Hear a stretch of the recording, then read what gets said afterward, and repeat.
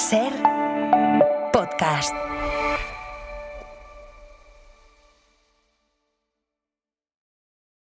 Otra entrevista más en hora 20 y pico en esta... bueno, vale, es que me vengo arriba. Pues no sé si voy a estar con la misma energía, ¿eh?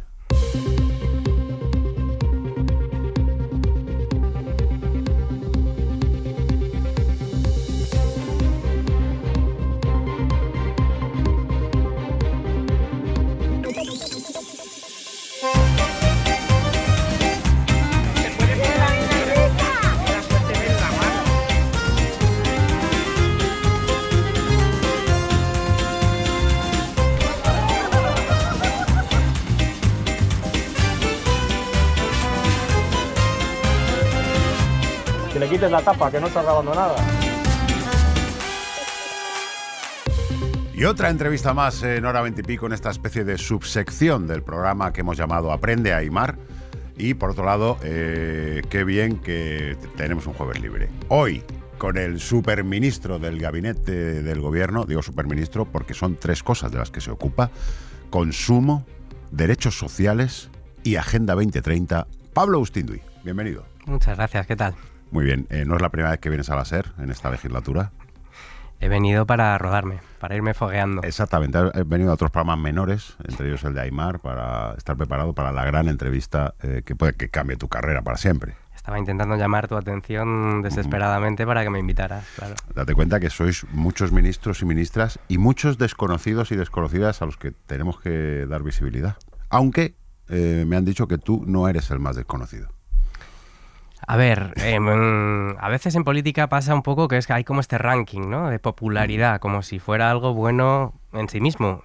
Yo soy una persona a la que no me gusta mucho la exposición pública y desde luego yo a lo que aspiro es a que se hable y se conozca las políticas públicas y los objetivos que tenemos mucho más que a mí mismo. Claro, no, porque quiero decir, se vive mejor también, ¿no?, cuando no tienes tanta exposición pública, sobre todo si no te gusta, porque me temo que hay perfiles como Óscar Puente, por ejemplo. Le gusta el salseillo, le gusta estar ahí, las redes sociales, se expone y tal. Tú has optado por un perfil bastante más bajo, pero luego hablaremos también de tus recientes broncas. Yo la verdad es que valoro mucho la tranquilidad y la privacidad, que a veces es incompatible, pero bueno, decir que en general la gente suele ser súper amable conmigo y cuando me vienen a decir algo, en general suele ser algo bueno, por suerte. Bien, Agenda 2030, vamos a empezar ahí, si te parece. ¿Cómo va esto de la Agenda 2030? Los chain trails, por ejemplo, ¿habéis ya acabado de fumigarnos a todos? ¿Se vienen más fumigaciones? Claro, las grandes conspiraciones, ¿no? La pregunta interesante es ¿por qué triunfan tanto estos relatos? Y yo creo que vivimos en un mundo pues tan incierto, tan complejo, que hay una necesidad de que las piezas encajen, ¿no? Hay una necesidad de que haya un gran relato. Todo está pasando por algo. Y bueno, pues ha cuajado en determinado sector de la población, que es el mismo de las vacunas, que es el mismo de la pandemia, pues que la Agenda 2030 es una gran conspiración woke y de Soros para dominar el mundo. Y la Agenda 2030, pues lo que dice es que hay que defender la igualdad entre hombres y mujeres, la sanidad y la educación pública, respirar aire limpio, acabar con el hambre y con la pobreza infantil. Qué risa, ¿verdad? Y qué peligroso todo. Pero es un poco el mundo en el que vivimos. Así que, bueno, pues es algo que claro que sí, que hay que reivindicar. Es un horizonte de mínimos para un mundo pues que se ha quedado sin horizontes ideológicos, claro. Es interesante eso que dices porque creo que la derecha o esta nueva ola reaccionaria en la que está sumido casi el mundo entero ha movido el eje de tal manera que decir, bueno, yo creo que podría haber igualdad entre hombres y mujeres, o sea, cosas básicas de los derechos humanos es como ser comunista. Es verdad, y que esa especie de gran rebelión que han encarnado culturalmente, ideológicamente, políticamente, pues ha generado un cierto instinto defensivo, ¿no? Un cierto repliegue. También es verdad que veníamos de un ciclo después de la crisis financiera donde en muchos lugares, España entre ellos, pues hubo una clara hegemonía de posiciones muy progresistas, ¿no? Y esto pues suele ser pendular. Pero yo creo que es que no hay que ceder ni un milímetro.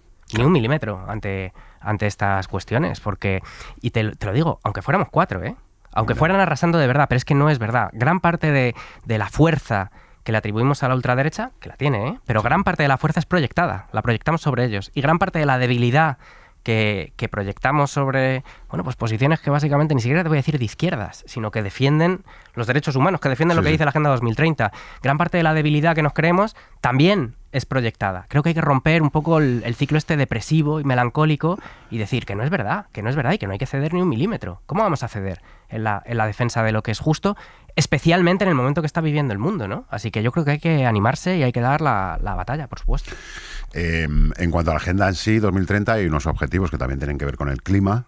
Y después de lo visto en las últimas cumbres climáticas, ¿estáis ya con la 2050? Porque la 2030... Bueno, la 2050 se llama el Pacto por el Futuro. Hay otra. Vale, claro. Hay otra. Preparaos que hay otra. En Naciones Unidas, que era qué va a pasar después del año 2030, ¿no? Y bueno, fueron negociaciones complejas, pero protagonizadas además por los países del sur global, y fueron bien. El problema no está en la hoja de ruta. Si es que sabemos la evidencia científica sobre el momento en el que estamos y la evidencia política sobre el hecho de que la única salida pacífica, justa, ordenada al momento de incertidumbre que vivimos pasa por reforzar pues los estados sociales, los derechos universales, ¿no? Pasa pues por eso, por erradicar la pobreza, el hambre, por reconstruir el multilateralismo. Todo eso está claro. Lo que ha cambiado es la correlación de fuerzas y las alianzas de la ultraderecha, que lo que buscan es desmantelar y destruir cada uno de estos puntos, ¿no? Somos muy fan en este programa de los bolis que nos manda la gente, porque la verdad es que hacemos mucho gasto de bolis. Mira, por ejemplo, este de Comisiones Obreras de Paradores. Luego tengo este de Renfe, que se me ha roto. Óscar Puente se me ha roto. ¿Tienes algún boli de la Agenda 2030? No tenemos bolis de la Agenda 2030. Para que acaben de llamarnos. Pero, mira, tengo un pin. Toma. Toma tu pin. Toma un pin, ¿eh? Que está de moda esto. Pues mira, me lo pondré. Ese es el que lleva el presidente del gobierno. O sea que... Pero este mismo. Se lo has quitado a él. Está sudado. Del Consejo de Ministros. Pedro, dame eso. Oye, muchas gracias. Me lo pondré el lunes. Con todo, yo siempre digo que la Agenda 2030 no es un pin. Es un horizonte político, es un horizonte de civilización para este tiempo. Pero es que vais provocando, es que ya es multicolor, ¿sabes? Ya como diciendo, es ofensivo, ¿verdad? Queréis hacernos a todos bisexuales, claro, y que vayamos en bici en esos barrios de 15 minutos que queréis, que no podremos salir. ¿Cómo le anda la vuelta a todo eso, no? Porque, por ejemplo, la ciudad de los 15 minutos, que es una cosa que pues es bastante razonable, ¿no? Que puedas tener a mano. Entonces ellos lo transforman en vais a vivir en guetos de los que no vais a poder salir. Pero eso es como una maquinaria lógica y de propaganda también, que da igual lo que metas por un lado, por el otro siempre sale lo mismo. Siempre sale un relato de la conspiración, del tal, del cual. Y dan igual cuántas contradicciones implique sobre lo que están haciendo, ¿no? Bueno, es que a la derecha en general las contradicciones le dan igual. Claro, las contradicciones le importan un poquito a la izquierda. Una pisonadora, pasa por encima de todo ello. Pero es que no es que le hayan dado la vuelta a la Agenda 2030, es que le han dado la vuelta a Galileo Galilei. Es decir, que estamos en un punto en el que también hay una cierta frustración, yo creo, ¿no? Porque la izquierda siempre ha pretendido ser ilustrada y siempre ha creído que la esfera pública, pues con los argumentos, claro, con la ciencia, pues se acabaría imponiendo en cierto modo, ¿no? Mira, es que esto te lo voy a explicar y resulta que es que no. ¿Pero por qué no? Porque lo que hay detrás son conflictos de intereses, muchas veces. Y económicos, claro. Hombre, evidentemente, y relaciones de poder. Claro. Elon Musk está defendiendo racionalmente una posición en un diálogo. No, está pasando la pisonadora, ¿no?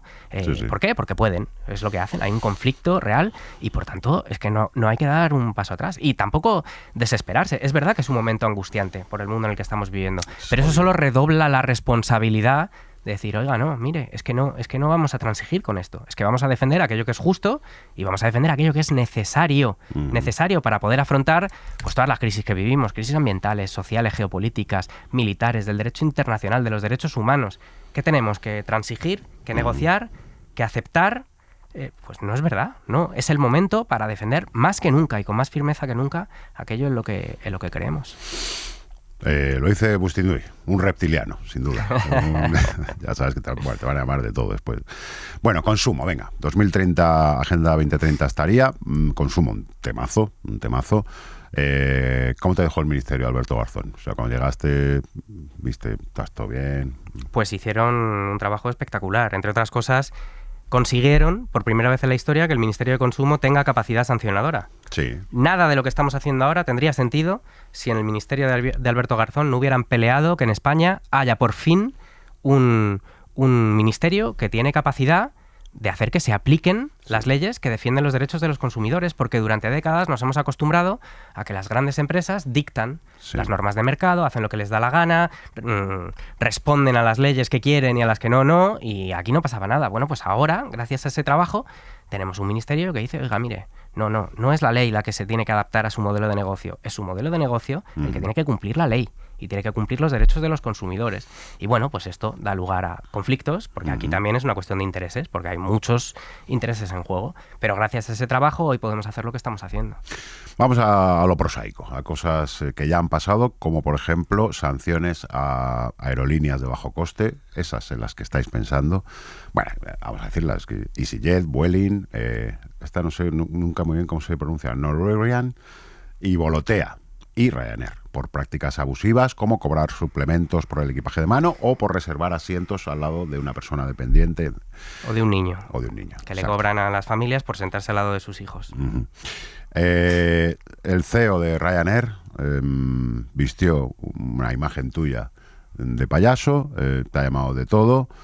Yo creo que estás en el sitio indicado para desahogarte. Aquí hemos llamado a volar cosas, o sea, quiero decir, es una zona de confort en la que le puedes responder a este señor, que intuyo que no vas a parar. No, evidentemente, a ver, esta campaña en concreto que se califica por sí sola, es un intento más de varios que han estado haciendo para amedrentarme o para erosionar públicamente mi figura o para amenazar. Pero bueno, es que a mí me da igual, que hagan lo que quieran, porque lo que hay detrás, decías, espacio de confort. El espacio de confort es aplicar la ley. Y en España, que es una democracia y un Estado de Derecho, con muchas contradicciones, muchos problemas y muchas limitaciones, pero que lo es, hay un gobierno, hay un Ministerio de Consumo que ha dicho, oiga, mire, usted tiene que respetar los derechos de los consumidores. Y si sus prácticas comerciales, por muy lucrativas que sean, consisten en violentar los derechos de los consumidores, pues a usted se le va a multar. Y no están acostumbrados a esto, se han puesto como locos, se han puesto a hacer estas tonterías, a recurrir a los tribunales, tienen todo el derecho del mundo, a ir a la Unión Europea, a presionar a la Comisión Europea también, que hagan lo que quieran. A mí no me van a amedrentar, vamos a aplicar la ley en defensa de los derechos de los consumidores, cueste lo que cueste, y la vamos a defender donde haga falta. Decías antes que normalmente por la calle, si alguien se te acerca es para felicitarte. A raíz de esto de Ryanair, ¿tú has notado que eres más conocido y que la gente te ha puesto cara o te han dicho cosas por la calle de venga a tope? Bueno, a lo mejor la peluca disimulaba un poco, no sé cuánto, pero siempre pasa, pues cuando apareces en televisión durante los siguientes días, pues hay más gente que notas que te mira en el autobús o en el barrio o lo que sea. Pero también he de decir que en este tema también te diría que prácticamente el 100% de los mensajes que me han transmitido son de apoyo. Entre otras cosas porque es una cosa que ni siquiera ideológicamente, creo que es transversal, porque todo el mundo se ha sentido en la posición de verse pues humillado y violentado, claro. Violentado porque hay unas reglas arbitrarias o porque la falta de transparencia, ¿no? Que te pones a y el precio que acabas pagando no tiene nada que ver con lo que te han dicho al principio, o eso, las familias. Pero ¿cómo me van a cobrar por sentarme con un niño o una niña pequeña? ¿Cómo van a cobrar a una persona dependiente porque su persona de apoyo se siente a su lado? ¿Pero esto qué es? Es que no puede ser. Entonces yo creo que hay una parte de un sentimiento que es generalizado, aunque alguien luego no esté de acuerdo en nada de lo que piensa conmigo, ¿no? Ya. Pero que dice, hombre, es que ya era hora. Alguien tiene que poner coto, ¿no? Porque si no, pues la voracidad de estos modelos de negocio extraordinariamente lucrativos, pues se hacen a costa pues de los derechos y del trato que reciben los consumidores en España. Y eso, pues eso se ha acabado. A ver si lo que va a poner de acuerdo a la izquierda y a la derecha en España es el odio a Ryanair. Eso sería bonito, la transversalidad de repente.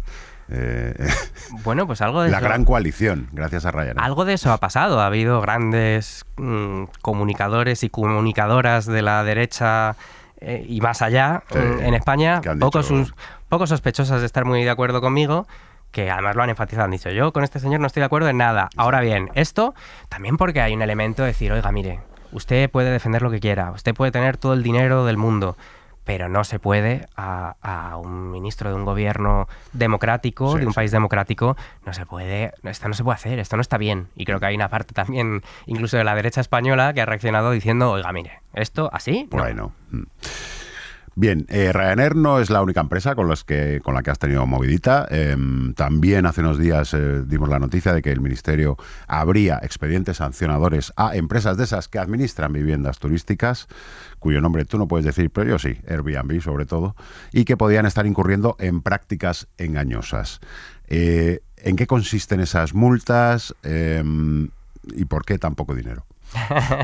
Hay 2 expedientes sancionadores abiertos que no han concluido, habrá que demostrar, ¿no? Con todas las garantías que los hechos que estamos investigando son, ¿no?, infracciones, constituyen infracciones de las normas, pero hay 2 expedientes. Uno es a una gran plataforma de pisos turísticos por el hecho de que se les informó de que muchos anuncios, miles de anuncios en su web contenían publicidad ilícita porque no reflejaban los números de licencia de estos pisos turísticos y se negaron a retirarlos. Y el segundo expediente es a grandes tenedores, grandes gestoras de pisos turísticos que se hacen pasar por particulares. Entonces tú vas a reservar un alojamiento y ves una foto de una persona o de una pareja y resulta que lo que hay detrás es una gran empresa que puede estar manejando cientos o hasta miles de pisos turísticos en toda España, ¿no? Y bueno, pues los consumidores tienen derecho a información clara y veraz, y sobre todo, que es que nos hemos acostumbrado específicamente en el mercado de la vivienda a la ley de la selva, a las trampas, a que se salgan con la suya y que obtengan unos beneficios extraordinarios con esto, cuando este es uno de los factores que está demostrado, la proliferación descontrolada de pisos turísticos y de pisos turísticos ilegales, que es uno de los factores que tensiona la oferta de vivienda y que hace que los precios suban y que la gente se vea expulsada de sus barrios. Entonces no puede ser. Entonces, dentro de las competencias del Ministerio de Consumo, que son las que son, hemos abierto esos 2 expedientes y tenemos una investigación, que es el paso previo a un expediente, a grandes inmobiliarias por varias razones: fianzas desproporcionadas, utilización fraudulenta de los alquileres de temporada y, sobre todo, que siguen cobrando el mes de honorarios, de costes por la formalización de un contrato a la persona que alquila, cuando la ley de vivienda dice que es el propietario del piso quien tiene que correr con esos gastos. Entonces, en España hay una ley que establece negro sobre blanco, bien clarito, esta cuestión, y las grandes inmobiliarias, aprovechándose de la desesperación de la gente que no consigue encontrar un alquiler o que no puede pagarlo, que de la competencia que hay para conseguir un se lo cobra a ellos.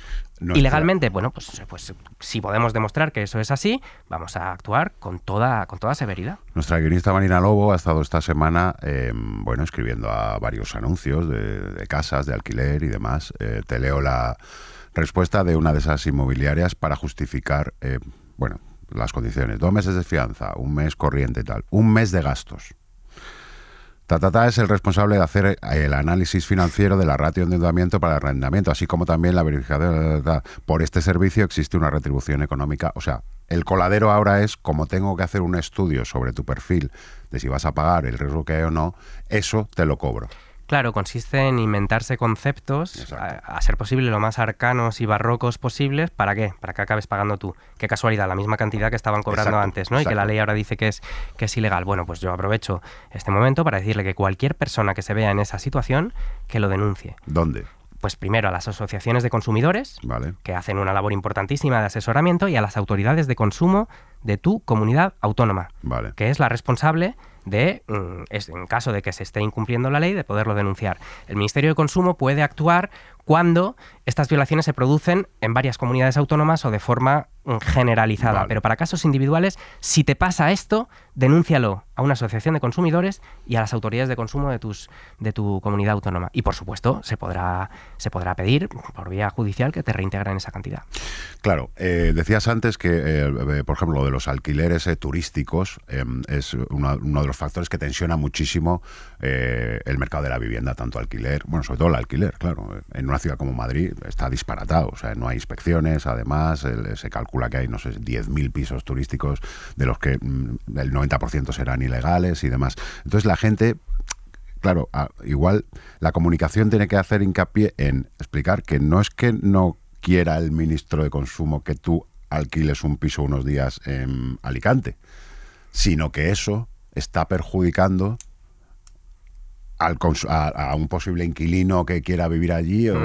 Claro, pero si es que no se trata de que el modelo original, que era de alquilo una habitación en mi casa, tal, o cuando no estoy porque me voy de vacaciones alquilo ese piso. No se trata de que la pequeña, la familia que tiene una casa en la playa y que tal. No se trata de eso. Te digo esto porque pasa un poco como cuando se pone el foco en esa pobre viejecita a la que no le llega la pensión y tiene que alquilar un pisito para... Con una demagogia y con una falta de escrúpulos absoluta, porque de lo que estamos hablando es de grandes fondos de inversión, de empresas que manejan miles de estos pisos turísticos, que compran edificios enteros, que echan a la gente que está viviendo allí y que lo hacen sin cumplir con la normativa. Y lo han hecho con la connivencia de muchas autoridades municipales y autonómicas claro, que han mirado para otro lado, no han hecho nada, no han regulado, o cuando han regulado no se han ocupado de que se cumpla la ley.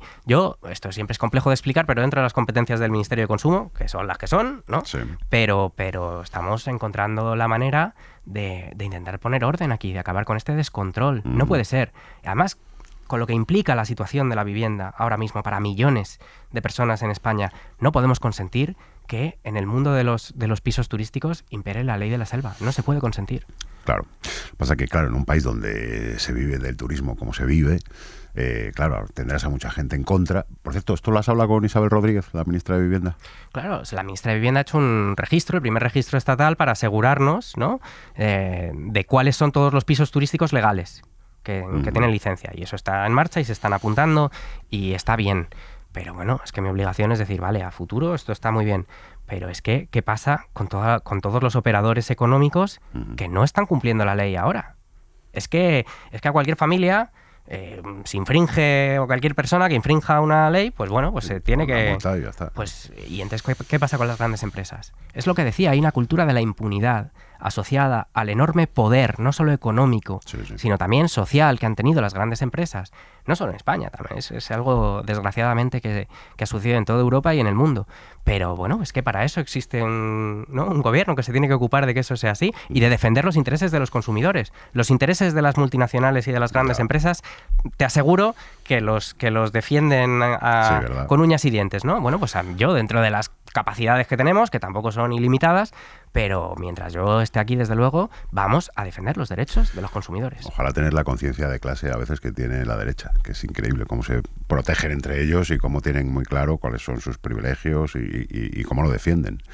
Pero yo creo que la conciencia existe, es lo que te decía, que todo el mundo se reconoce en estas situaciones y todo el mundo, y con este tema del turismo es muy importante, un sector estratégico para España, pero llevamos años de movilizaciones en todas las zonas particularmente afectadas por la turistificación y por la crisis de vivienda que lleva aparejada en Canarias, en Cataluña, en Baleares, en la Comunidad Valenciana, de gente que ha salido a decir, esto no es sostenible, así no se puede vivir, no puede ser que una actividad económica, por lucrativa que sea, se haga a expensas de la vida de la gente, ¿no?, que habita estas ciudades y que es de esta tierra, ¿no? No puede ser, hay que encontrar un modelo sostenible. Y estas prácticas abusivas son todo lo contrario de un modelo sostenible.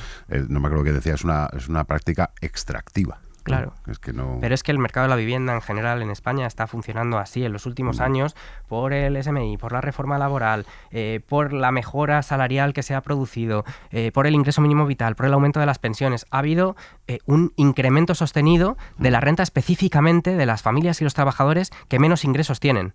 Esto se ha conseguido, por eso se ha reducido la desigualdad en España. ¿Qué pasa? Que la vivienda está funcionando como una aspiradora extractiva de esa riqueza. Si tú cobras más, si te han subido el SMI un 61%, pero te han subido el alquiler más que eso, entonces tu posición en realidad no ha mejorado. La posición que ha mejorado es la del rentista, que está aprovechándose de esa situación para extraerte. Por eso, bueno, pues en este tema hemos planteado que hay que intervenir de verdad políticamente el mercado de la vivienda, ¿no? Que hay que prohibir la compra especulativa de vivienda, que hay que acabar con la impunidad de los pisos turísticos, que hay que implantar un modelo de alquileres indefinidos, por ejemplo, un contrato de alquiler indefinido, es decir, medidas serias para decir, mira, ni la especulación ni el rentismo pueden ser la lógica que rija el mercado de la vivienda, porque es que se está produciendo una violación flagrante de los derechos de la ciudadanía, porque sin vivienda, ¿qué quiere decir el derecho a la salud, a la educación, a la cultura, si no tienes primero una vivienda digna?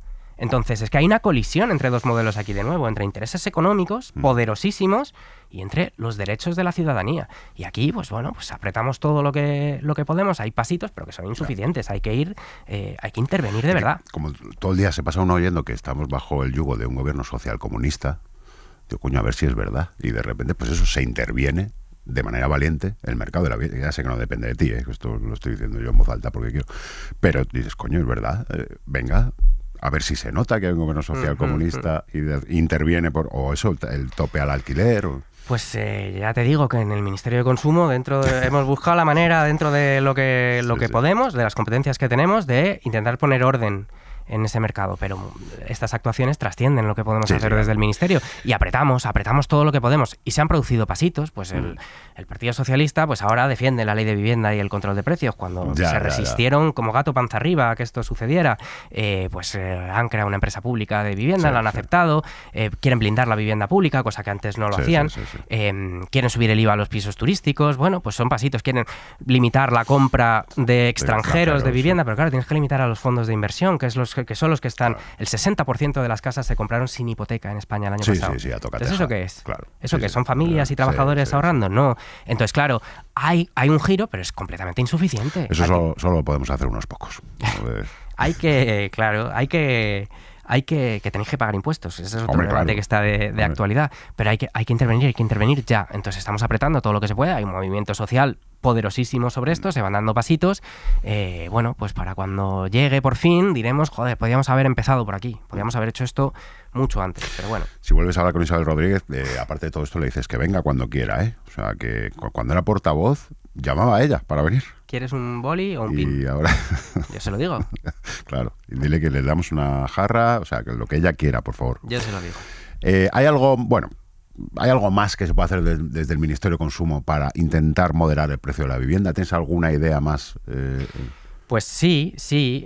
Lo primero es asegurarnos, aparte de lo que ya he dicho, plataformas, grandes tenedores, inmobiliarias. Grandes tenedores que, por cierto, ¿en cuánto está ahora lo de ser gran tenedor? ¿A partir de cuántas viviendas? Bueno, aquí me estoy refiriendo a empresas que, bueno, pues que gestionan, ya te digo, cientos de pisos. Porque también se habló de la opción de que Gran Tenedor fueran más de 10 viviendas. Y yo digo, ¡ay, por Dios! Claro, ya está bien, ¿no? Bueno, cuando hubo una encuesta reciente, no recuerdo cuál fue, sobre vivienda, creo que era la de 40DB, no me quiero equivocar, pero que decía que una inmensa mayoría de los españoles está de acuerdo en limitar el número de viviendas que una persona puede poseer, que es normal, pues tener tu casa y luego, pues yo qué sé, pues la de tus padres o la del pueblo o una casa de vacaciones. ¿Eso cuántos son? ¿4? Sí. ¿Más? ¿Cuántas? ¿No? O sea, es que no es sensato, sobre todo en un momento en el que, pues eso, que los jóvenes no se pueden emancipar, que las parejas no se pueden separar. Sí, que no te puedes hacer un proyecto vital si estás compartiendo piso con gente hasta los 40 y pico años, no tienes ni intimidad ni tienes nada, claro. Claro. Pero bueno, yo en esto pues soy lo más honesto posible. Hace falta que la presión social siga aumentando, claro, y porque es la única manera de conseguirlo. Nosotros apretamos todo lo que podemos, tenemos las medidas identificadas, las defendemos, pero hacemos toda la pedagogía posible, pero es que hay intereses muy poderosos. Es que estamos hablando de que aquí se mueve muchísimo dinero y hace falta, es que siempre es así, ¿no? Pero hace falta mucha presión para conseguir virar un paradigma de políticas de vivienda de hace décadas, décadas, porque siempre se dice la vivienda pública. Yo leía un dato hace poco que decía que si en España no se hubiera privatizado el parque de vivienda pública, tendríamos el parque de vivienda pública mayor de Europa, más de 5 millones de viviendas. No es verdad que no se haya construido vivienda pública. Lo que pasa es que no se ha blindado. Claro. Es decir... En algunos sitios sí, hay que decir, en Euskadi y Navarra, por ejemplo. Sí. Bueno, es que hay modelos que han funcionado. Y es evidente. Y ahora pasa pues con la ley de vivienda, el control de precios, ¿no? Sí. Hay que esperar para verlo y tal. Pero se aplica en un sitio y, casualidad, en toda España se disparan los precios del alquiler y en Cataluña se mantienen o bajan. Un poquito, tienen que bajar más. Pero salta la sorpresa, resulta que limitar los precios de los alquileres hace que bajen los precios de los alquileres y las comunidades del PP se niegan a aplicar la ley de vivienda. Bueno, pues la presión social también tiene que ir a las comunidades autónomas, los gobiernos autonómicos, es decir, usted tiene una ley que permitiría mañana bajar los precios de los alquileres según el índice de precio de referencia y no lo hace porque no quiere, porque está usted defendiendo ese modelo rentista extractivista. Entonces hay que presionar. Cada cual tiene que hacer todo lo que pueda. Yo, desde luego... Hombre, como dijo el otro, cada cual que haga lo que pueda. El que pueda hacer que haga, ¿no? Como... pueda hacer que haga, claro. Sí. Bueno, Ryanair, check. Airbnb, check. ¿Alguna empresa importante, algún otro sector en el que vayáis a meter, que tengáis en el punto de mira, que no sea el Grupo Prisa, por favor? Pues sí. A mí me gustaría que pudiéramos meternos en el mundo de las alarmas y de la publicidad del miedo. Cuidado, que precisamente saltan las alarmas. Saltan las alarmas. Cuidado. Es que es verdad, pero en España hay 27 millones de viviendas, 49 millones de españoles.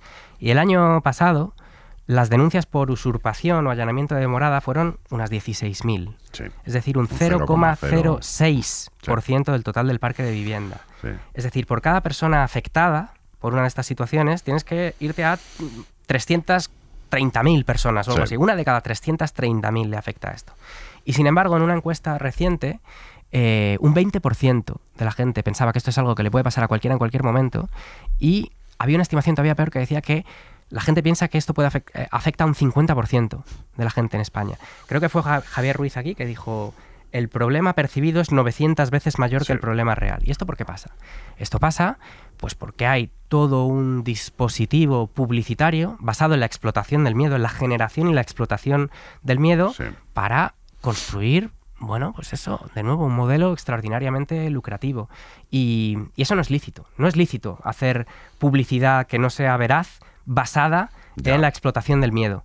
Y bueno, pues a mí también me gustaría, porque es que además, es que no es verdad, es que España es uno de los países más seguros del mundo. En los índices... Pero claro, controlar eso es casi imposible, ¿no? Porque ¿cómo vas a controlar tú que alguien en publicidad no pueda decir, pues ayer bajé al súper y no te lo vas a creer, cuando volví me habían ocupado la casa? Ah, pues a mí no me pasa porque tengo una alarma de tal. Bueno, pues es que la publicidad está regulada en muchos ámbitos, como los medicamentos. Mira, otro temazo.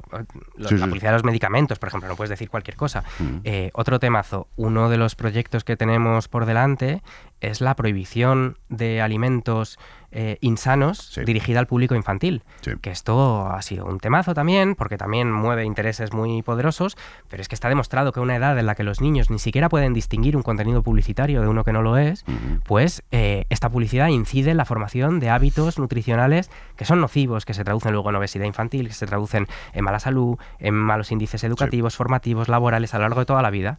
Pero ahí creo que es más fácil regular eso, o las bebidas energéticas para menores, todo eso, que una publicidad que se basa en una hipótesis creativa, que puede ser muy discutible, porque puede ser, pero que a ver cómo regulas eso. Claro. Es que hay conceptos, claro, la publicidad engañosa, por ejemplo, es un concepto que está regulado y que está demostrado. Pero es que además es algo que trasciende incluso el ámbito publicitario. Es que esta lógica del pánico es una de las herramientas políticas que están dibujando el mundo en el que vivimos, ¿no? Total. Porque alguien, y esto siempre se dice, fíjate, la gente que más teme a los migrantes no es la gente que vive en lugares donde hay más inmigración.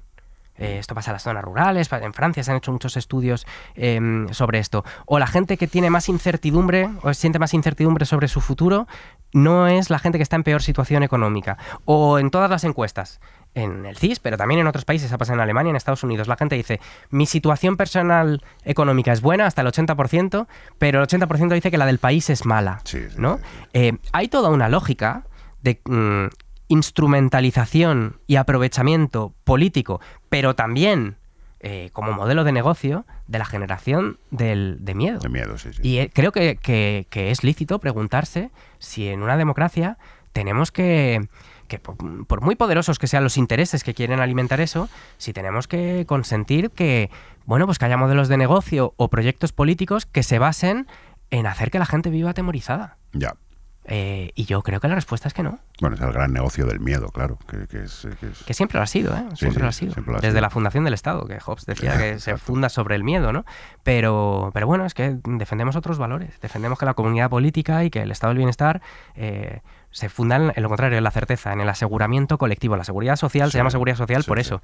Vamos a asegurar colectivamente unas condiciones de vida dignas y universales, ¿no? Derechos de ciudadanía. Y eso es incompatible con intentar aprovechar y explotar esta lógica del miedo. Hay otro tema de que afecta directamente a consumo, creo, y que la gente que creo, bueno, sí, la mayoría de la gente que nos ve le puede afectar y que hemos dado también como normal los gastos de gestión en las entradas de conciertos, festivales, aparte de las entradas en sí, que se han disparado por muchísimos factores después de la pandemia y demás. Pero de repente 25 euros de gastos de gestión, porque sí, muchas veces si se cancela y te tienen que devolver la entrada y tal, no te devuelven los gastos de gestión. Este es otro temazo, Esto absolutamente es transversal, es una de las cosas que más Y mi generación cuarentona, que todavía va a los festivales, se resiste a dejar de ir. Y ahí estamos aguantando. Mucha gente va a los Sí, festivales, mucha está gente, muy bien mucha ir a gente. los festivales. Pero sí, hay una demanda que es transversal y que es evidente. Nosotros lo primero que hicimos fue publicar una circular explicitando la normativa vigente, que es que los gastos tienen que ser transparentes y tienen que estar presentes desde el principio, no te los pueden añadir después. Y bueno, no me puedo adelantar, pero vamos a iniciar actuaciones también en esta Va a haber mandanga ahí. materia. Es que hay tantos ámbitos, es lo que te decía, No. hay una cultura de la impunidad tan extendida, se ha considerado que los derechos de los consumidores eran papel mojado, o que era una cosa individual, ¿no? Sí. Bueno, hay que proteger, pues eso, la seguridad, que los productos, ¿no?, sean seguros y tal y cual. Y es que no es verdad, es que las relaciones de consumo son relaciones económicas, y son relaciones económicas asimétricas, porque te ves con actores, pues algunos de los más poderosos del mundo, Claro. y se han acostumbrado a hacer lo que les da la gana. Y bueno, es que no. Pero dame un titular, hombre, dame un titular. Que Hombre, me tendré que dejar algo para la próxima vez que venga, ¿no? como lo des el otro lado, Aimar, por favor, se lo voy a contar O a sea, Aimar. si lo das, que sea fuera de esta casa. Otro tema. Garzón, tu antecesor en el ministerio, puso mucho el foco en la publicidad de las casas de apuestas y ahí sí que se logró algo, ¿no? Por lo menos en ciertas franjas horarias. Creo que empieza a partir de la 1:30, ¿no? O así, la publicidad. Bueno, algo se ha hecho. Pero ahora hay otro problema, que es en los videojuegos. En los propios videojuegos muchas veces se incita a menores a comprar sobre sorpresa. Incluso en algunos videojuegos abiertamente hay juegos de azar, ¿no? Eso Bélgica lo ha prohibido en los sobre sorpresa del FIFA, cosas así. ¿Qué vais a hacer en España con esto? Sí, pues estas, las llamadas loot boxes en Sí. inglés, cajas botín, son mecanismos de azar que funcionan de manera muy parecida al juego. Y que hasta ahora, pues digamos que se han normalizado sin que haya ningún control sobre ello. Y los pocos estudios que hay, uno decía que hace 2 años ya, creo que los datos eran del 23, pero que hasta un 25% de la población menor de 21 años, creo que era, había consumido alguno de estos dispositivos en el año anterior. Entonces es algo que es preocupante. Y lo que hemos introducido es una regulación en un proyecto de ley que está en discusión sobre derechos digitales y tenemos la intención de regularlo. Es verdad que automáticamente se produjo una reacción como para decir la industria del videojuego que es tan importante y que en España es estratégica y tal, y por supuesto esto es perfectamente compatible con un apoyo cerrado al desarrollo de esta industria. Lo que no puede ser, hombre, no parece razonable, es que el modelo de negocio se desarrolle exponiendo a una posición muy vulnerable, porque además es una edad en la que se forman patrones y hábitos de conducta, pues a gente muy joven, ¿no? Y por tanto hay una regulación que ya está introducida en este proyecto de ley y yo espero que se pueda aprobar lo antes posible. Y ya por último, antes hablabas un poco sobre esto, el tema de la obesidad infantil, de los ultraprocesados. Hay un factor económico también importante, que es más barato crear algo ultraprocesado y que es dañino para la salud que un alimento beneficioso. Sí y no, en algunos casos sí, pero también está demostrado que los productos frescos de temporada, sobre todo la fruta y la verdura, las legumbres, Sí. no hacen que una dieta sea, ¿no?, que el coste sea mayor. Hace poco presentamos los datos del informe Aladino, que es el informe que estudia la situación de la obesidad infantil en España. Y había una buena noticia, que es que por fin la obesidad infantil había empezado a bajar, 4 puntos, había bajado, pero al mismo tiempo, en la letra pequeña, se veía que esa mejora no es generalizada, no había llegado a las familias con menor renta, Claro. con menores ingresos. Hay una variable de clase que es fundamental en esto. Y una de las variables esenciales para intervenir son los comedores escolares. Entonces hemos elaborado un Real Decreto sobre comedores escolares saludables que está en el Consejo de Estado. Esperamos que vuelva muy pronto y que podamos aprobar de manera inminente, que lo que establece es para las 5 comidas a la semana que hacen los niños y las niñas en los comedores escolares, bueno, pues que garanticemos unos mínimos que son los estándares de la Organización Mundial de la Salud. No hay ningún invento, no hay Otra nada. vez la Agenda 2030. El woke, ¿verdad? Que los niños coman sano es woke, es un motivo de de risa y de dominación. Bueno, pues busca sencillamente eso, garantizar pues que tienen una dieta equilibrada, que consumen la proteína, ¿no? La carne, el pescado que está recomendado, también alimentos de temporada, verduras, legumbres, fruta fresca y bueno, es que había datos en ese informe que decían, creo recordar que era que más de la mitad de los niños de hogares con menos ingresos en España, creo que eran menos de 21.000 euros, iban sin desayunar al colegio todos los días. Entonces, que el comedor escolar pueda ser un mínimo espacio de igualación de oportunidades, de garantía de unas condiciones mínimas que haga que la salud de los niños no dependa de en qué barrio viven o en qué familia hayan nacido, sino bueno, que socialmente les garantizamos eso, pues es algo que creo que es de sentido común y que es absolutamente importante hacer. ¿Me estás diciendo que un trozo de telepizza y una Coca-Cola en el comedor no es saludable? Porque aquí en Madrid eso... Claro, es que en todo hay modelos, ¿eh? En todo hay es lo que te decía de la máquina, en la que da igual lo que metas, que te lo defienden, porque es que eso lo han defendido. Niños pobres, ¿eh? Sí, sí, no eran los otros, eran a los niños pobres, telepizza. Bueno, pues es que, claro, pues es lo contrario, asegurar las mismas condiciones para todos los niños independientemente de cuánto dinero tengan sus padres. Bueno, de consumo hemos hablado un rato. Un buen rato. Y ha estado muy bien. Derechos sociales. Y hay algo en lo que tú has defendido y que genera cierto debate en la izquierda, que es la prestación universal por crianza. El debate está en el concepto universal. 200 euros al mes por cada hijo que tengas hasta que cumplan 18. Seas de clase baja, un niño como los que estábamos hablando, o seas hijo de Amancio Ortega. ¿Cómo defiendes tú que eso tenga que ser universal?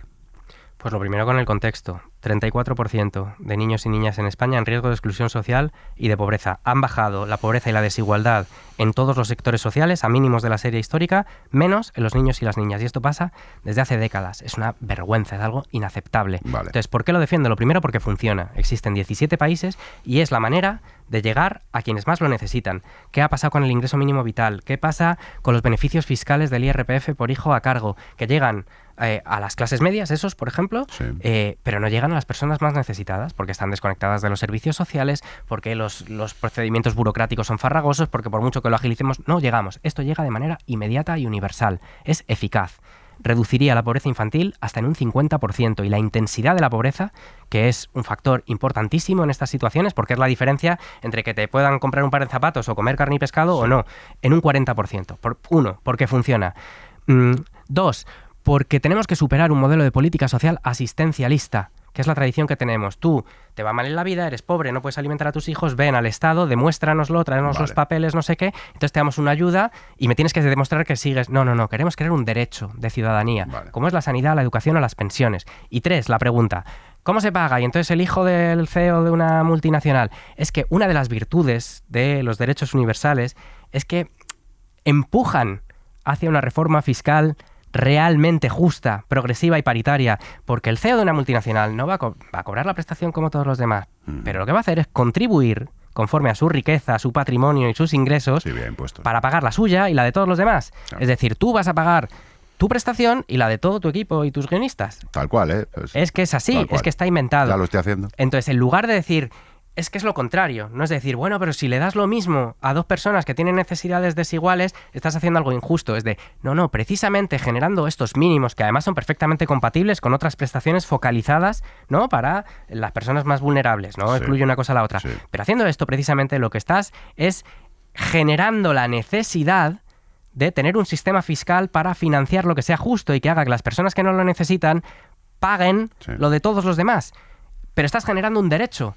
Como la sanidad pública. ¿El rico necesita la sanidad pública? Evidentemente no. Ya. Pero tiene derecho a usarla porque es un derecho de ciudadanía igual para todos, universal. Y este cuestionamiento del universalismo, la izquierda nace del universalismo. El universalismo es el valor fundacional de la izquierda. Y en la política social hacia el futuro, en lugar de ese modelo de beneficencia, asistencialista, de merecimiento, venga... Pobre, demuéstrame que te mereces lo que te vamos a dar, ¿no? Graciosamente. Que conlleva burocracia también. Que además conlleva una cantidad, un desperdicio de recursos y de tiempo. Es que tienes miles de funcionarios revisando los papeles para ver si es pobre de verdad o no es pobre. Que no se me cuele ninguno. Pues lo contrario, derechos universales, iguales para todos. Iguales para todos. Y luego, evidentemente, las grandes empresas, las grandes fortunas y las rentas más altas financian ese sistema de manera progresiva y ahí es donde se iguala y se redistribuye la riqueza. Oye, pues lo has explicado bastante bien, ¿eh? Bueno, es que creo en ello de verdad y además es que me parece que es un debate que está bien tener y hay gente que defiende otros modelos y me parece que está bien contrastarlos. Pero el argumento más importante, con todo, es el primero, es que funciona. No se puede tolerar que en España tengamos uno de cada 3 niños y niñas y adolescentes en riesgo de exclusión social y de pobreza. No se puede tolerar, es que no se puede consentir que la cuarta economía de la zona euro pase esto. Y esta es la manera más eficaz que existe, porque está demostrado. Llevamos ya mucho rato de entrevista y yo quiero hablar de muchas cosas más todavía, así que también hablando de derechos sociales, la dependencia, que es un temazo, la ley de dependencia creo que la saca adelante Zapatero en su momento y también se incorpora como un derecho fundamental del Estado, pero claro, nos estamos yendo a una sociedad donde hay muchas unidades familiares sin hijos, donde la población cada vez vivimos más, afortunadamente, y en fin, estamos más tiempo aquí gastando recursos. Y ¿cómo se va a gestionar eso para que llegue la ley de dependencia a todo el mundo? Claro, la ley de dependencia se aprobó hace 18 años, que también da que pensar, ¿eh? Hasta hace 18 años no se había considerado que los cuidados tuvieran que ser objeto de políticas sociales y del estado del bienestar. ¿Por qué? Porque lo hacían las mujeres en casa. Claro. Eso estaban invisibilizado. Hace 18 años. ¿Y qué pasa? Se aprueba la ley, hito, en la política social de España, viene la crisis, viene el PP y desmantelan el sistema. 5.406 millones de euros en recortes. Entonces, un sistema que nacía para abordar unas necesidades inmensas de la población, según nace, el PP lo desmantela, se lo carga. Entonces, desde el año 2020, desde el primer gobierno de coalición, se ha hecho un esfuerzo ímprobo para recuperar la financiación. Se ha multiplicado por 3 desde el año 2014 y estamos en récords históricos. Ahora bien, como decía, las necesidades del sistema son muchísimo mayores que las capacidades que tenemos y solo van a ir a más. Por lo que tú decías, por tendencias demográficas, por cambios en las estructuras familiares. Entonces, lo que estamos haciendo es una reforma de la ley de dependencia, cambiar el modelo, porque ha sido un modelo que se ha centrado mucho en la construcción de grandes residencias. En la pandemia vimos qué es lo que producía eso no es lo que quiere la gente. El 90% de la gente cuando se le pregunta de izquierdas, de derechas, arriba, abajo, dice que quiere envejecer en su casa, en su barrio y con su gente. Bueno, pues estamos virando el modelo hacia un modelo mucho más personalizado y a dar los apoyos para que la gente pueda permanecer en su casa, y eso es teleasistencia, centros de día, un montón de cosas que estamos metiendo en el sistema, y luego hacen falta recursos, y para eso hacen falta los presupuestos generales del Estado, y lo tenemos firmado en el acuerdo de gobierno, seguir incrementando. Aquí pasa una cosa que es, bueno, pues la política, cómo funciona. Yo me reúno con las consejeras de política social del PP y me vienen a decir, mira, es que necesitamos más recursos porque no conseguimos atender a toda la gente que está pidiendo las prestaciones, ¿no? Yo les digo, claro, lo sé, tienes razón. Aquí están los recursos, los presupuestos. No, los presupuestos no te los voto ni en broma. Claro. Porque es un gobierno social comunista ilegítimo y no sé qué. Claro. Y esto pasa con la protección social, con la protección a las familias, pasa con todo. Pero mi obligación es hacer las dos cosas. Vamos a reformar el sistema y a seguir incrementando la financiación, que la otra cosa que hay que pensar es cómo la blindamos, para que no vuelva un Rajoy a considerar que los cuidados y la dependencia es lo primero de lo que se puede prescindir para pagar el rescate de la banca, ¿verdad? Que es lo que pasó. Sí, bueno, y ya vamos a meternos también en cómo acabó el padre de Rajoy. Bueno, es igual. Eso no le va a gustar a Tellado, ¿eh? Eso... Pero a Tellado le gusta algo. Yo me lo pregunto porque, claro, yo estoy sentado y se lo dije un día, le dije, cuando acabe la legislatura te voy a regalar un megáfono. Porque es un comentarismo continuo. Hoy, como todo el mundo sabe, es jueves. Ayer, el miércoles, fue en el Congreso, digamos, tu debut, porque fue la primera vez, creo, que el PP te apeló, ¿no? Te preguntó algo así como, ¿cómo crees que ha sido tu gestión hasta ahora, no?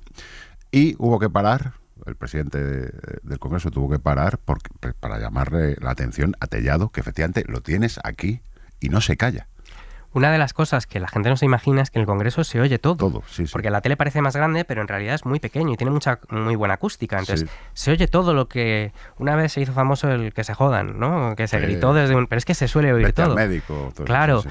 Pero cuando tienes a alguien que está a 30 centímetros diciéndote de todo... El objetivo de esto es de todo, perdona, ¿qué? O sea, ¿qué te dice, tío? Esto es como lo que se dice en el campo, ¿no? En el fútbol, pues... Ya, pero... Bueno, pues nada bonito. Pero no es la cosa, es el para qué. Es ¿qué buscan? Pues que te descentres, que te pongan Claro. nervioso, que pierdas los papeles, que no digas lo que... ¿Y por qué se han puesto así? Y es la primera vez que el PP me pregunta. Otros grupos sí me habían preguntado, pero el PP en un año y medio de política social no ha preguntado nunca. Ujú. De los WhatsApps del este y el software del otro, todos los días, hasta la sopa. Pero de cosas como la dependencia, la pobreza infantil, la protección social a las familias, la discapacidad, nunca, jamás. Hoy ha sido la primera vez. Ya. Y bueno, es que han venido, pues como siempre, el PP, como si nos hubiéramos olvidado. Y se lo he recordado. De decir, vaya cuajo, vaya audacia hay que tener para que los que desmantelaron la educación y la sanidad pública, la dependencia, que mientras se desahuciaba decenas de miles de familias, estaban con el rescate bancario, cuando Ayuso está asfixiando la sanidad y la educación pública, cuando se han opuesto a la subida de las pensiones, al SMI, a la reducción de jornada, a la ley de familias que he llevado yo, cuando se niegan a aplicar la ley de vivienda, y me vienen a mí ahora a decir que... Entonces se lo he recordado. Y muy bien, pues no les ha sentado y lo han manifestado a su manera, que es gritando. Pero fíjate, más allá de lo que dicen es de, bueno, pues es que ellos están gritando y nosotros gobernando. Y es que eso es lo Ya. que en realidad lo que no aceptan, lo que no toleran, Ya. ¿no? Pero es que esto lo decidió la gente votando. Y estaban convencidos de que esas elecciones las tenían ganadas.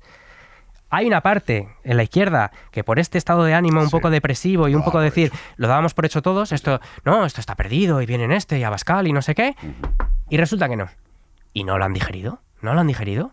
Y yo lo que digo es de, bueno, sucedió entonces y va a volver a suceder si hacemos lo que tenemos que hacer y si hacemos las cosas bien. Y por tanto lo que tenemos es la obligación de hacer las cosas bien. Todo el mundo, ¿eh? No, Sí, me sí. lo digo a mí el primero.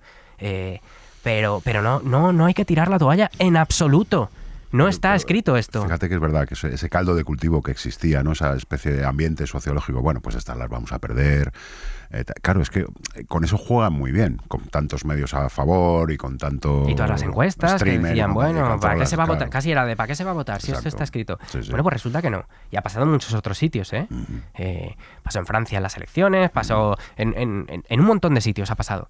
Y oye, es que si viviéramos en una situación normal ya no tendría sentido el derrotismo. Pero viviendo el momento en el que estamos, Ya. con lo que nos estamos jugando a todos los niveles, en España, en Europa, en el mundo, y luego nos pasa esa cosa que es verdad que aquí tenemos la sensación de estar hechos unos zorros, de que no se quede, que el gobierno va mucho más despacio de lo que debería, que es verdad, de que fíjate la izquierda y la división y estos los otros y que viene la derecha y que no sé qué, pero luego miras alrededor, yo que he vivido por ahí, que tengo amigos Sí, sí, dispersos sí. por el mundo, ven a España como una excepción absoluta y como un referente absoluto, la última línea de Es que resistencia. hemos ido esquivando la bala. Sí, pero ahí estamos, ¿eh? Sí, Y ha sí. sido un ciclo larguísimo de movilización de la Sí. izquierda, evidentemente, pues con altibajos, con muchos problemas, con contradicciones, con errores enormes, pero estamos en el gobierno de España intentando tirar todo lo que podemos del gobierno hacia la dirección que Sí. hay que seguir, cerrándole el paso a la ultraderecha y dispuestos a dar la pelea que sea necesaria, porque es que nos va la vida en ello. Sí, sí. Convengamos también que hemos tenido suerte al tener la ultraderecha probablemente más lerda de Europa y una de las más lerdas del mundo. Eso ayuda bastante porque en Francia han sido un poco más listos y han disimulado un poco. Bueno, no se han metido en ciertos jardines que no les aportan nada ya. Por ejemplo, es una ultraderecha que no es proteccionista, la de España. O sea, que está de acuerdo con aranceles. Bueno, claro. Es Pero antipatriota. fíjate, cuando hubo las protestas de los agricultores del campo por la inflación y la crisis de Ucrania, etcétera, Sí. la ultraderecha fue allí como un parásito, como hace siempre, Claro. a articularlo y precisamente decir es la Agenda 2030. Claro, claro. Ahora vienen los aranceles al campo en España y estos señores ¿qué dicen? Claro. ¿Es la Agenda 2030?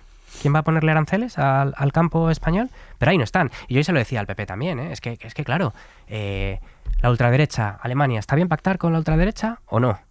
Porque, claro, es que no lo explican. ¿Los aranceles están bien o no? ¿Perseguir a las personas migrantes y a las personas trans está bien o no? Es que es el PP. Subir las pensiones estaba bien cuando votaron en contra. Luego la semana Sí, siguiente sí, sí. ya sí, ¿no? Mazón, la gestión que ha hecho de la Dana, ¿ha estado bien o no? Y el PP, pues, tira para adelante sin tener que... Pensando que no tienen que dar ninguna explicación sobre nada de todo esto, ¿no? Dicen, no, es todo culpa de Pedro Sánchez. Mire, es que tenemos la derecha que tenemos. O sea, Sí, sí, que a veces es que exageran. Bueno, hablemos un poquito de la izquierda también. ¿Has ido a Garibaldi? ¿Has estado en la taberna Garibaldi? Dentro no, pero pasé el otro día por delante. Sí. Es muy bonita por fuera. Hombre, es un local clásico, histórico. Sí, Yo me claro. alegro muchísimo de que siga Esos funcionando. azulejos ahí, muy bonito. Pero no has entrado, ¿no? No he tenido ocasión todavía, pero iré encantado, claro. Vale. Sí, No, sí. es que ahora ir o no a Garibaldi es tomar partido, ya lo sabes. Tuviste un peso importante en Podemos, ahora eres ministro vía Sumar. ¿No podías tú mediar ahí un poco para que dejen de hacer el ridículo? Que hay gente que lo pasamos mal. Decía, tenemos la derecha que tenemos la izquierda que tenemos también. Vamos a ver. Mira, yo me fui de la política en 2019, iba a ser candidato a las elecciones europeas y me fui Por la pelea. porque se rompió ¿no? un espacio político en el que había muchas posiciones y está bien que las haya y tal, pero... Eso fue cuando Vistalegre... Se rompió, eso fue después. Vistalegre 2 fue en 2017, esto fue en 2019. Vale. Y entonces, pues yo ahí, muchos factores, no fue el único, pero... Y yo volví cuando había un espacio reunificado en Sumar para las elecciones. O sea que creo que en mi trayectoria creo que he dejado bien claro cuál es mi posicionamiento. Lo que no he hecho ni voy a hacer es dar la turra con esto, es estar hablando todo el rato. Si ya en 2014 me parecía decir que yo creo que esto no es lo que más le interesa a la gente, o sea que creo que lo que le interesa más a la gente es decir lo que queremos hacer, qué vamos a hacer, pues eso, con la vivienda, con los derechos sociales, como qué modelo de Estado tenemos para el futuro, etcétera. Si ya entonces me parecía, 10 años después, es que no sé a quién le puede interesar esto. Entonces, a la izquierda, si es que, claro, a mucha gente de izquierda que se realiza a través de estos debates. Pero a través de la tele, es que es un poco la telenovela, ¿no? Sí, y además sí. varias temporadas, todos los personajes han estado en todas partes y no sé qué. Sí. A mí me aburre soberanamente y yo, mira, podemos hablar de el poder de las multinacionales, de la prestación por crianza.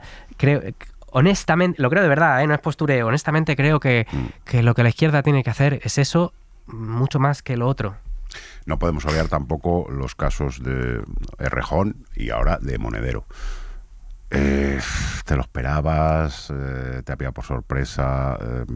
Pues ha sido no solo una sorpresa, sino extraordinariamente doloroso.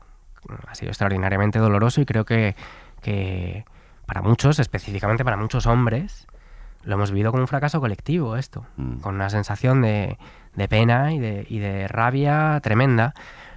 Lo que no quita que haya a la vez, bueno, pues una parte que dice, joder, pues por fin, ¿no? O sea, que estas cosas salgan y que salgan con todas las consecuencias y con todas las responsabilidades que hay que asumir y que pongan de relieve pues que necesitamos protocolos que funcionen, espacios seguros, que necesitamos implicación de los hombres, ¿no? Que en todos en los partidos de izquierdas y en todos los espacios sociales, ¿no? Y tiene que salir todo y todas las denuncias tienen que ser atendidas y todas las víctimas tienen que ser apoyadas y tenemos que aprender algo de todo esto, ¿no?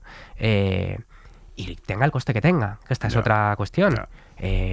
Bueno, pues hay una parte, yo creo que pues dentro de algo tan feo y tan doloroso cuesta, ¿no? Pero creo que hay una parte que es positiva y que es el resultado pues de una lucha incesante del movimiento feminista en España, que se cristalizan estas cosas, que bueno, que por lo menos ahora ya empiezan a salir y que se acaba la cultura del silencio y de la impunidad, a ver si conseguimos